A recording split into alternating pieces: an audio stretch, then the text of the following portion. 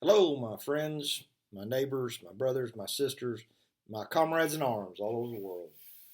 My name is Jerry Ross, and this is my show, and I'm going to talk about a variety of things. Things ranging from politics and military strategy to the pros and cons of redheaded women. So, I'm going to jump right into it. I want you to know I am privileged to be one of the luckiest men in the world. And why am I lucky? Well, I had the good fortune to be born in the United States of America, a country where you can either rise to your greatest skill set and challenges, or you can fall to your lowest expectations. It's all on you. Now, America, we are a great country, but we're going through some problems right now. And whether you're on the left or the right, uh, we can all agree that. We may not agree with how we got there. We may not agree with the policies to fix it. But we can agree that we have a great deal of problems in this country. And you can blame it on a politician or a political party or rap music or whatever you want to blame it on. But it boils down to two things in this country: corruption, and corruption breeds incompetence. Corruption and incompetence at many, many levels are our country's problems. We have corruption at the highest level with a president whose son strangely was being paid $84,000 by a Ukrainian gas company for his expertise.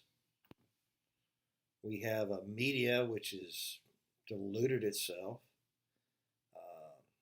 Strangely, we have a South African American citizen who's a libertarian, and near as I can tell, wants to bring back free speech.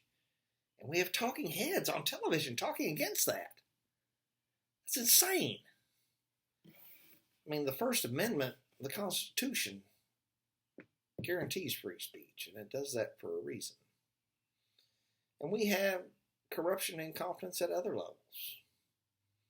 The corruption, it's not just at federal, it's at state and county, city, even down to your local school board.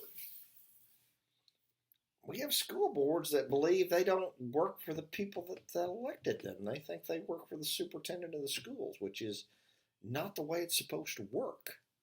Matter of fact, I pay, I'm a taxpayer, I pay for that superintendent's salary. I pay for those teachers' salary with my property taxes. And again, it goes back. We have a huge government, state and federal, wasting literally trillions of dollars, whether it's on giving away grants to teach us shrimp how to walk on a treadmill. I fail to see how that helps anybody. To strangely, we're giving $1 billion in humanitarian aid to the Taliban. As I recall, we spent about 20 years shooting at each other. I don't understand why in the heck anybody would think that's a good idea. So, needless to say, this corruption breeds incompetence. Because if somebody sees somebody getting some money off of this whatever deal, well, that gets their human minds thinking, hey, maybe I should take a little bit too. And next thing you know, that $1 billion that's being spent on something is only $500 million. And then it's down to actually getting down to where it's needed, $100 million. And that $900 million, that's your money. You're a taxpayer. You should demand accountability. How do we demand accountability? First off, our politicians, we have to demand accountability from them. Too often they get rich and fat whether it's in Washington, D.C., or the state houses or City Hall. We have to get involved. We have to talk to these people and say, hey, you're not going to waste our money anymore. Because this wasted money leads to incompetence. We've all been to the DMV, haven't we? Long lines, surly people, they don't care. And maybe I'm not trying to be unfair to I'm sure there are a lot of good people that work in the Department of Motor Vehicles who are good and care about their job, but that's a stereotype, and it's one that unfortunately we're all aware of.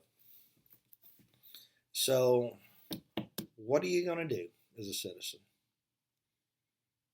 We're going to contact those politicians. We're going to get their butt. Come November, we're going to elect us some new ones. So, freedom fighters, buck up. You're Americans. This ain't the worst thing that our country's been through. It's a tough time, but we're going to get through it.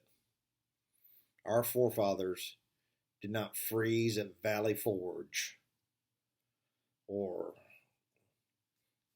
work their way across the plains to build this country. We didn't fight in 2 world wars. And I sure didn't bury a bunch of good friends in the GWAT to let this country go down the toilet and be used and abused by a bunch of scoundrels in Washington, D.C. It's a real shame we can't tar and feather them. Well, I got to get out of here. I got to go heat some tar up and get some chicken feathers. Take care, freedom fighters. Team America.